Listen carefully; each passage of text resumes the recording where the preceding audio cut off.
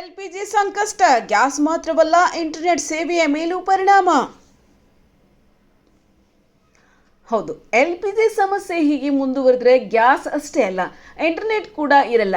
ಯಾಕೆ ಗೊತ್ತಾ? ಎಲ್ಪಿಜಿಯನ್ನು ಕೆಲವು ಕೈಗಾರಿಕೆಗಳಲ್ಲಿ ಬಳಸಲಾಗುತ್ತದೆ ಮತ್ತು ಟೆಲಿಕಾಂ ಟವರ್ಗಳು ಮತ್ತು ಡೇಟಾ ಸೆಂಟರ್ಗಳಿಗೆ ವಿದ್ಯುತ್ ನೀಡುವ ಜನರೇಟರ್ಗಳಿಗೆ ಬ್ಯಾಕಪ್ ಇಂಧನವಾಗಿ ಬಳಸಲಾಗ್ತಾ ಇದೆ.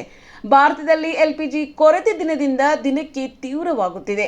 ಇಸ್ರೇಲ್, ಅಮೆರಿಕ, ಇರಾನ್ ನಡುವಿನ ಯುದ್ಧದಿಂದ ಭಾರತದಲ್ಲಿ ಎಲ್ಪಿಜಿ ಸಿಲಿಂಡರ್ಗಳ ಅಭಾವ ಶುರುವಾಗಿದ್ದು, ಇದರಿಂದ ಜನಸಾಮಾನ್ಯರು ಸಾಕಷ್ಟು ಕಷ್ಟ ಅನುಭವಿಸುವ ಸ್ಥಿತಿ ನಿರ್ಮಾಣವಾಗಿದೆ.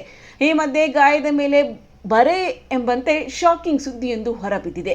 ಭಾರತದಲ್ಲಿ ಈಗ ಉಂಟಾಗಿರುವ ಎಲ್ಪಿಜಿ ಕೊರತೆ ಮನೆಯ ಅಡುಗೆಗೆ ಮಾತ್ರ ಸಂಬಂಧಿಸಿದ ಸಮಸ್ಯೆಯಾಗಿ ಉಳಿದಿಲ್ಲ. ಈ ಪರಿಸ್ಥಿತಿಯು ಮೊಬೈಲ್ ನೆಟ್ವರ್ಕ್ಗಳು ಮತ್ತು ಇಂಟರ್ನೆಟ್ ಸಂಪರ್ಕದಂತಹ ಸೇವೆಗಳ ಮೇಲೂ ಪರೋಕ್ಷವಾಗಿ ಪರಿಣಾಮ ಬೀರಬಹುದು ಎಂದು ತಜ್ಞರು ಎಚ್ಚರಿಸಿದ್ದಾರೆ.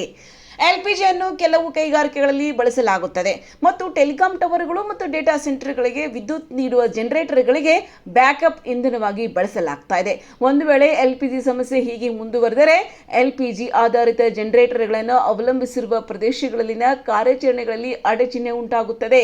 ದೂರಸಂಪರ್ಕ ಕಂಪನಿಗಳಿಗೆ ಪರ್ಯಾಯ ವಿದ್ಯುತ್ ಆಯ್ಕೆಗಳಿದ್ದರೂ ಸಹ ದೀರ್ಘಕಾಲದ ಕೊರತೆಯು ಕಾರ್ಯಾಚರಣೆಯ ವೆಚ್ಚವನ್ನು ಹೆಚ್ಚಿಸಬಹುದು ಮತ್ತು ಕೆಲವು ಪ್ರದೇಶಗಳಲ್ಲಿ ಸಣ್ಣ ಸೇವಾ ಅಡಚಣೆಗಳಿಗೆ ಕಾರಣವಾಗಬಹುದಾಗಿದೆ.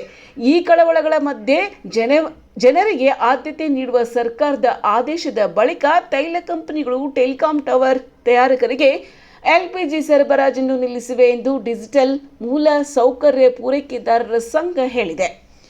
ಧ್ವನಿ ಮತ್ತು ಡೇಟಾ ಸೇವೆಗಳು, 5G ನೆಟ್ವರ್ಕ್ಗಳು, ರಾಷ್ಟ್ರೀಯ ಭದ್ರತಾ ಕಾರ್ಯಾಚರಣೆಗಳು, ತುರ್ತು ಪ್ರತಿಕ್ರಿಯೆ, ಡಿಜಿಟಲ್ ಆಡಳಿತ ವೇದಿಕೆಗಳು, ಹಣಕಾಸು ವಹಿವಾಟು, ಆರೋಗ್ಯ ರಕ್ಷಣೆ ಮತ್ತು ಟೆಲಿಮೆಡಿಸಿನ್ಗಳಿಗೆ ಅಡೆತಡೆ ಇಲ್ಲದ ಟೆಲಿಕಾಂ ಸಂಪರ್ಕವು ನಿರ್ಣಾಯಕವಾಗಿದೆ ಎಂದು ಡಿಐಪಿಎ ಒತ್ತಿ ಹೇಳಿದೆ.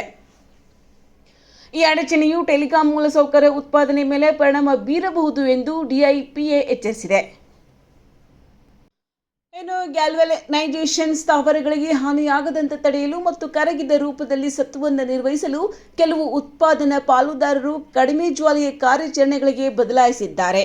ಆದಾಗ್ಯೂ ಅಡಚಣೆ ಮುಂದುವರೆದರೆ ಸ್ಥಾವರಗಳು ಕರಗಿದ ಸತ್ವವನ್ನು ತೆಗೆದುಹಾಕಲು ಮತ್ತು ಕಾರ್ಯಾಚರಣೆಗಳನ್ನು ಸಂಪೂರ್ಣವಾಗಿ ಸ್ಥಗಿತಗೊಳಿಸಲು ಒತ್ತಾಯಿಸಲ್ಪಡಬಹುದು. ಈ ಸೌಲಭ್ಯಗಳನ್ನು ಮರುಪ್ರಾರಂಭಿಸಲು ಗಮನಾರ್ಹ ಸಮಯ ಬೇಕಾಗುತ್ತದೆ. ಇದು ಉತ್ಪಾದನೆಯಲ್ಲಿ ದೀರ್ಘಕಾಲದ ಅಡಚಣೆಗೆ ಕಾರಣವಾಗಬಹುದು ಎಂದು ಡಿಐಪಿಎ ಹೇಳಿದೆ.